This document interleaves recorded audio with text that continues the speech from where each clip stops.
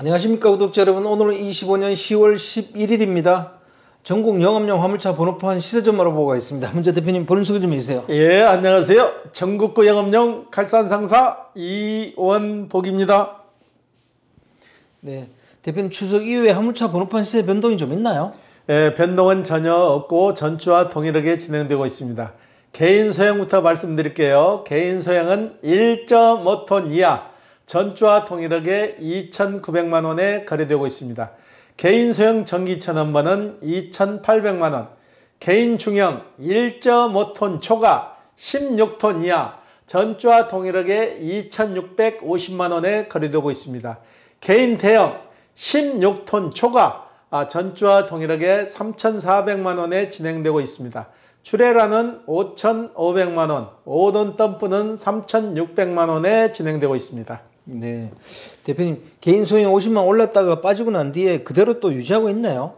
예. 지금 본격적으로 추석 연휴가 끝나고 며칠 지나지 않았기 때문에 이번 주는 다음 주 그러니까 13일에서 18일까지는 지켜봐야 될 것 같아요. 네. 그런데 지금 보는 관점에서는 큰 틀의 변화 없이 이 시세를 유지하고 갈 것 같아요. 네. 예.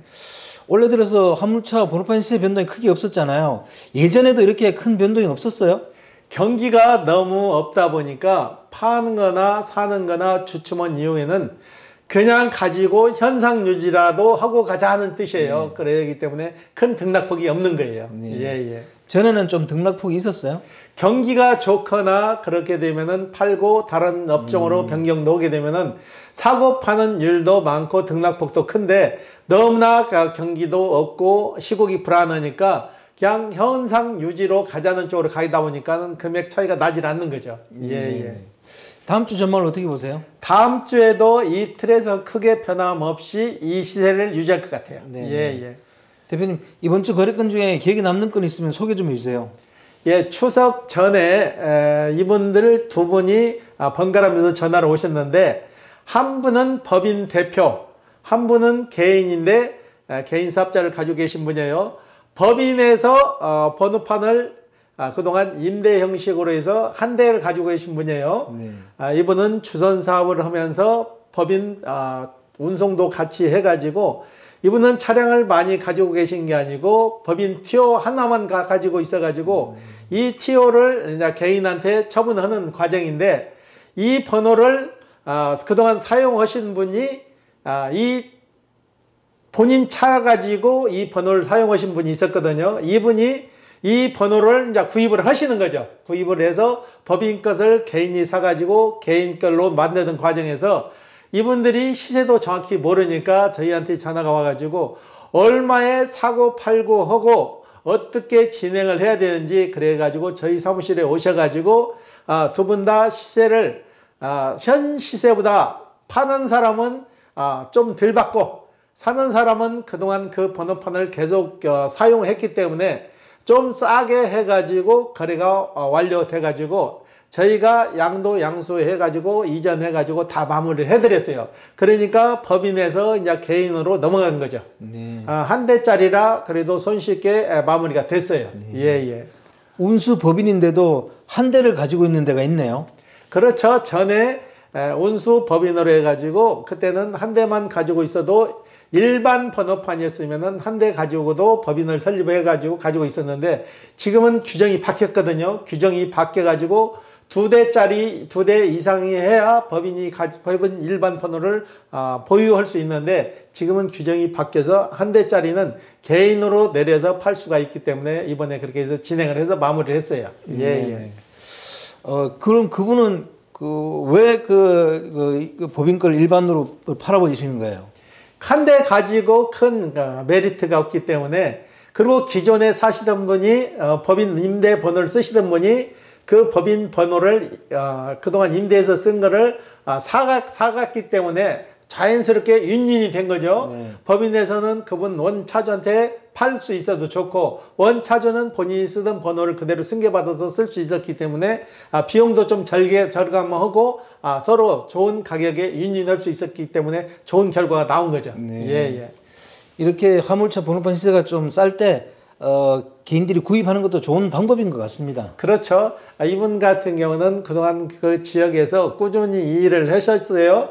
한 대는 사장님 앞으로 해가지고 25톤 카고 크레인을 운행을 하셨고, 이번 한 대는 한 사람이 두 대를 보유가 안 되기 때문에 한 대는 사모님 앞으로 이전을 해가지고 각각 사업자가 다른 거죠. 예, 그래갖고 진행을 해서 마무리를 했어요. 네. 예. 대표님, 오늘은 화물차 구조 변경에 대한 얘기를 좀 해보겠습니다. 예. 이걸 많이 물어보더라고요. 그래서 먼저 대표님, 화물차 구조 변경이 무엇인가요? 화물차 구조 변경이란 것은 처음에 신차를 출고해서 자기 용도에 맞게 차를 변형시키는 거죠. 톤수를 늘릴 수도 있고, 카고 차량을 윙바디나 그 다음에 냉동차나 그 자기 특성에 맞는 차량으로 바꾸는 걸 구조 변경이라고 보시면 돼요. 예. 아니 근데 처음부터 그런 차를 사면 안 돼요? 왜 나중에 구조 변경을 하는 거예요? 제조사에서 처음부터 그런 차가 나오는 게 아니고 본인이 맞게, 본인 일하는 체형에 맞게 차를 바꾸는 거죠. 쉽게 말해가지고 차가 좀 길이가 좁다 하면 길이를 좀 늘리는 거고, 차 높이가 좀 낮다 하면 차 높이를 좀 더 높이는 거고, 폭과 축을 늘리는 거죠. 그러니까 처음에 나올 때 바퀴가 두 개로 나온 거를 하나를 더 늘려서 3축으로 만들어 가지고 차량 톤수를 더 높이는 수도 있는 거고, 네. 공항에서 쓰는 콜밴도 있죠. 콜밴도 9인승을 뽑아 가지고 6인승으로 개조하는데 처음에 신차를 뽑아 가지고 임판 상태에서밖에 구조 변경이 안 되니까 그 차를 뽑아 가지고 뒷 공간을 잘라 가지고 6인승으로 만들고 뒷 공간은 화물 공간으로 다시 만드는 거죠. 그런 식으로 본인 용도에 맞게 바꾸는 게 구조 변경이라고 보시면 돼요. 예. 그러면 구조 변경이 필요한 이유가 뭐예요? 구조 변경은 일하는 데 따라 가지고 그 일하는 일량에 맞춰 가지고 차를 만드는 거죠. 쉽게 말해서 내가 하는 일에 맞게 차를 다시 만든다고 보시면 돼요. 제조사에서 그대로 나온 차를 그대로 쓰는 게 아니고 그게 본인이 원하는 체형으로 다시 만드는 거죠. 예. 결국 자신이 하는 일에 차를 맞추는 거네요. 그렇죠. 내가 하는 일은 이런 차가 필요한데 기존 제조사에서 나오는 차는 이 과정을 못 쫓아가니까 그 과정에 맞게 차량을 맞추는 거죠. 네. 쉽게 말해서 수작업으로 해가지고 다시 맞춤 차량을 만들어내는 거죠. 예. 구조 변경 작업은 어디서 진행해요? 구조 변경은 특장 업체가 또 따로 있거든요.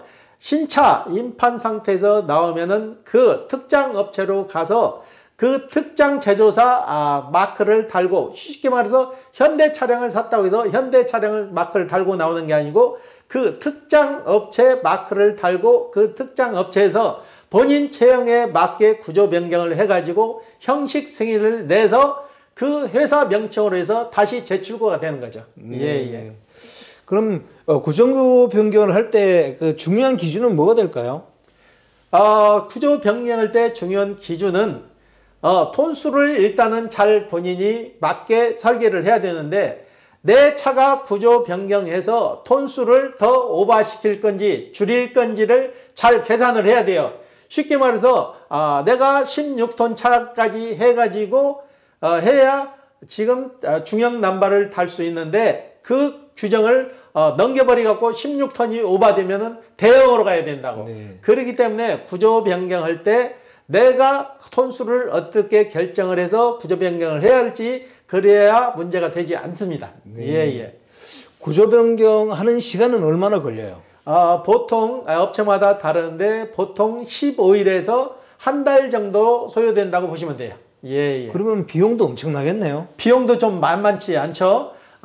지금 1톤 차나 1.2톤짜로 구조 변경해서 3축으로 만들어서 나온다면은 거의 1000만 원 돈 이상이 더 업그레이드가 되는 거죠. 그만큼 그 대신 차 길이를 좀 늘리는 거죠. 현재 나온 차보다 짐을 더 싣기 위해서 거기에 맞게 차량 적재함 길이를 더 늘리는 거죠. 그거는 처음 제조했을 때 임판 상태에서밖에 구조 변경이 되지 않습니다. 예. 구조 변경 과정에서 흔히 하는 실수나 주의할 점은 뭐가 있을까요? 저 앞에도 말씀드리다시피 중량, 톤수 계산을 정확히 하셔야 된다는 거예요. 쉽게 말해서 내가 10톤 차를 사가지고 구조 변경을 하면은 거기에 탑을 씌우고 기타 장비를 달면은 그 톤수가 줄어들어 버린다고. 네. 그렇게 되면은 아무래도 유가 보조 받는데 그 톤수가 안 나오니까 유가도 제대로 보조 못 받으니까 그 계산을 잘해야 되는 거죠. 네. 내가 쓸 차가 몇 톤 이상 나와야 된다면은 그 톤수에 맞게 구조 변경을 해야 된다는 얘기죠. 예, 네. 예. 대표님, 구조 변경 검사를 받을 때 통과가 어려운 사례가 있나요?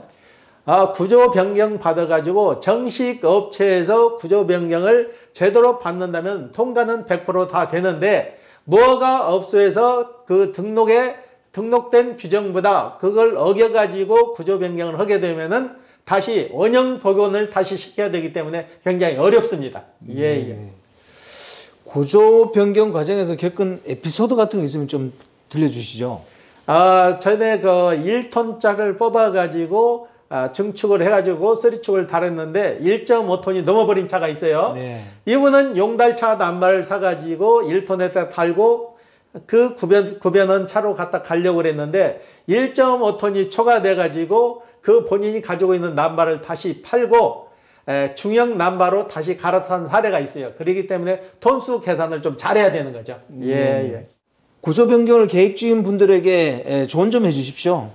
구조 변경은 지정된 특장 업체나 정식으로 허가난 업체에서 그 규격에 맞게 구조 변경을 해야 추후에 불이익을 당하지 않을 수 있습니다. 만약에 구조 변경을 등록증에 맞지 않게 구조 변경을 하면은 그 검사 자체가 되지 않아서 다시 원상 복귀를 해야 하기 때문에 그 규격에 맞게 정확하게 구조 변경을 하는 게 많이 도움이 되실 것 같아요. 정식으로 허가난 특장 업체나 구조 변경을 할 수 있는 정비 공장에서 정식 허가난 업소에서 구조 변경을 해야 추후에 불이익을 당하지 않을 수 있습니다. 예, 예. 네. 오늘 인터뷰 감사드립니다. 예. 네, 구독자 여러분, 오늘은 25년 10월 11일입니다. 화물차 번호판 시세는 변동이 없고요. 화물차 구조 변경에 대한 문의가 많은데 어쨌거나 화물차 구조 변경은 정식 업체, 허가난 정식 업체에서 하는 게 맞는 것 같습니다. 그리고 비용도 조금 많이 들어간다니까 그걸 감안하셔야 될 것 같네요. 자, 호화제는 다음 주에 또 다른 주제로 구독자 여러분 찾아뵙겠습니다. 안녕히 계십시오. 호화제였습니다.